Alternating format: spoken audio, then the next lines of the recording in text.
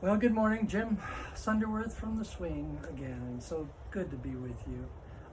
We've been settling in on this 23rd Psalm, and now we're using illustrations to make it come alive. And I want to share one with you today, but before I do that, I want us to quote the 23rd Psalm again. Would you quote it with me? The Lord is my shepherd, I shall not want. He maketh me to lie down in green pastures. He leads me beside the still waters. He restores my soul. He leads me in the paths of righteousness for his name's sake. Yea, though I walk through the valley of the shadow of death, I will fear no evil, for thou art with me. Thy rod and thy staff, they comfort me.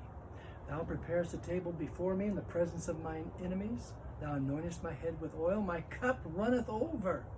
Surely goodness and mercy shall follow me all the days of my life, and I shall dwell in the house of the Lord forever.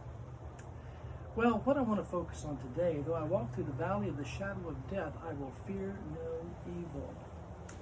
Well, I have to tell you, I got a phone call early in the morning. I was asleep. It woke me up, startled me with my brother. And he said, Jim, Joe has just passed away. Now, Joe is the husband of my sister, Gail Engel. I couldn't believe it. The next day we were on a plane all the way out there thinking how to minister to my sister. We got there and found out that she'd worked hard to revive him but couldn't.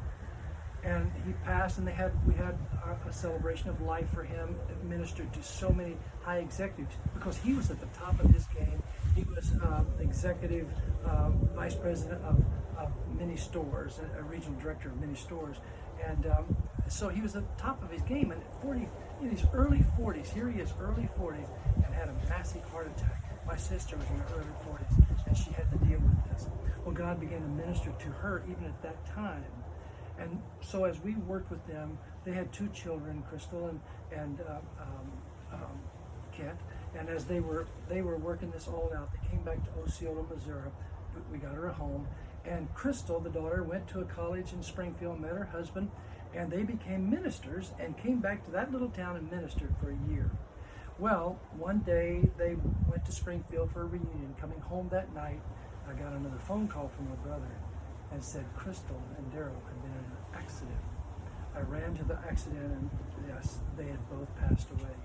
I had to go to my sister one more time, the second death. And as we were going through this time, holding her for an hour, Kent was in Springfield, Missouri, and came. I knew I was an hour holding because it took him an hour to get there. And we began to go through the shadow of death again.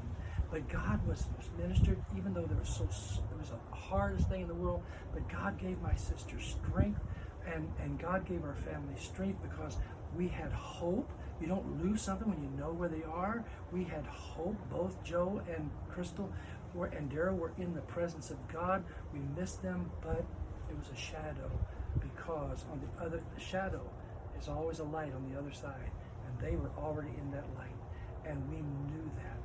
Well, there was another death that came to my sister, and Joe had left her some money to help her through the rest of her life, through insurance and all, and a man stole it from her, actually turned the account, and left her with almost nothing at all. Well, we started working through that. We thought, now how in the world? This is a Job scenario. It's Job all over again, and our hearts were broken. But during that time, because Joe was such a good provider, Gail hadn't had to work. Now she had to go to work for I think it was like $6 an hour. And she worked at the treasurer's office there in the St. Clair County. And she would do this just for $6 an hour. And he said, well, you're really good, Gail. He said, well, I think what I'm going to do is let you have $8 an hour and take on more responsibility. Well, lo and behold, she was so good at it. Here, my sister had lost her husband, the children, and lost all her wealth. And now she's working for $8 an hour. What is this all about?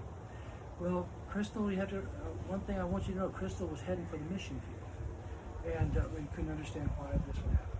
Anyway, so she started working, and she said when it came to time to re-elect the treasurer, the gentleman that was there said, hey, I'm going to go back to teaching. Gail, why don't you run for the treasurer?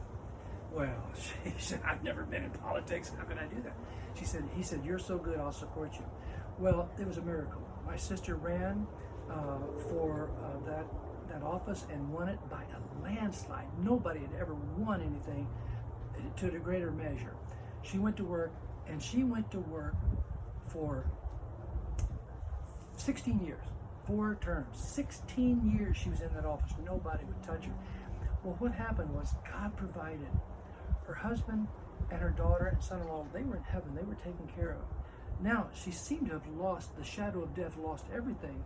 But come to find out, after 16 years, she was taken care of. And then at the end, they gave her a promotion, and not only a promotion, but gave her a retirement package that was greater than any amount of money that was left to her.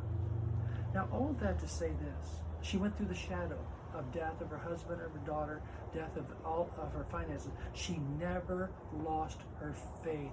The Lord was with her. She stayed in church. She played the piano. She kept a testimony that God knows what he's doing somehow, some way. Now today, my sister lives here in Florida, and her son, who was a sports announcer at that time, came, rededicated his life to the Lord, became a pastor, and now he is the president of Southeastern University in here in Florida. She lives in a beautiful home. They live in a beautiful home. And Kent, now as he is dealing with so many young people and sending them out, and a lot of their young people are going to the mission field. It's an amazing thing. Every day that Mr. Kent Ingle goes to his office, he travels on a street called Crystal Lane, his sister, and he's reminded every day that she's had hope, that she's in heaven, and that he has now been brought into a place where God is using him to send many missionaries all over the world. I know this was a little bit longer, but I had to share this with you. I wish my sister were here right now to see her face and to see that she still trusts God with all her heart. And God's been faithful. Let's pray. Father, thank you that you'll be faithful. You're not a respecter of persons. You'll always give us all strength. And in our weakness, you'll become all we need. In Christ's name, amen.